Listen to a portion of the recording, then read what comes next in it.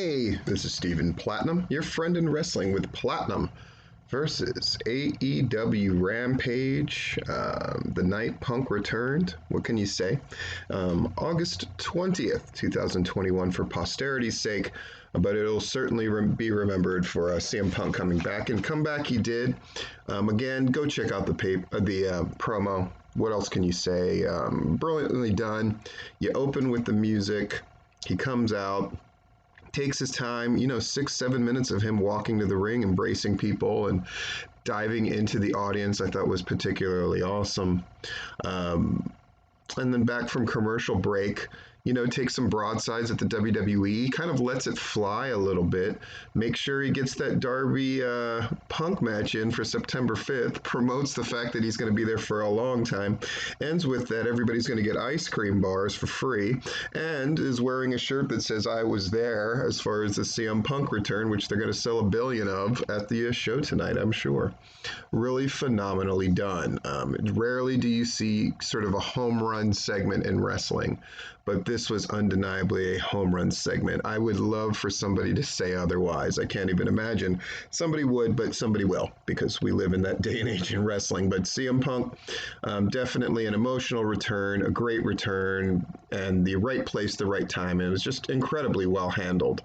For all the broadsides AEW takes about its booking, and not all of it is undeserved, but I think most of it is, honestly, because this was incredibly well done. Then we get a promo with Christian talking about how he's going to wrestle Kenny Omega and how he's in their head, and how Jurassic Express is coming for the Young Bucks by virtue of winning this tournament. Then we have Private Party against Jurassic Express. The Young Bucks are watching on. We go through the commercial breaks, still keeping up with the match. At the end, Jurassic Express win, pinning them. Kenny, Don Callis have a promo where they're and Raven commercial. We come back, we get a little package on Kiera Hogan and Jade, which I thought was nice.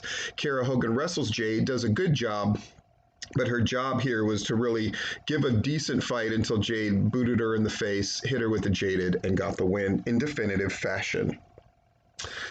Mark Henry then talks to Jon Moxley and Daniel Garcia and 2.0. And again, Jon Moxley, hit a great line when he said, you have a better chance of getting me pregnant than submitting me. But again, on a night where Punk is just going to overshadow everything, I thought it was the right thing to do. And then we ended with a feel-good, Daniel Garcia gave Moxley a bit of a match, but at the end, that Bulldog choke to counter the sharpshooter I thought was phenomenal. And then as 2.0 jumped them, an excuse for Sting and Darby to get there so we can have an incredibly feel-good moment to cap off the show. Again, this one isn't very long. I just suggest you go watch the CM Punk segment for yourself. I thought it was important for any number of reasons, and really had a good feel to it. You're better off watching it yourself, and man, home run, and it feels good. Meanwhile, on SmackDown, which I am going to talk about in a bit, it ended with a thing that should never be done again, which is a roll-up done in a promo to try to put over a big fight. What a shit concept that was. And immediately followed 2 minutes after that garbage went off the air with CM Punk just nailing it out of the park. And really, I normally don't say things like this, but it really has put AEW in an advantageous position. I mean, they'll probably go from 700,000 last week to 1 million tonight. The buy rates probably will be the biggest that they've ever been for their next pay-per-view. And I imagine for Dynamite, which has been slightly under 1 million, will be well over it for the foreseeable future. Is that not good? Are you not entertained? I certainly was.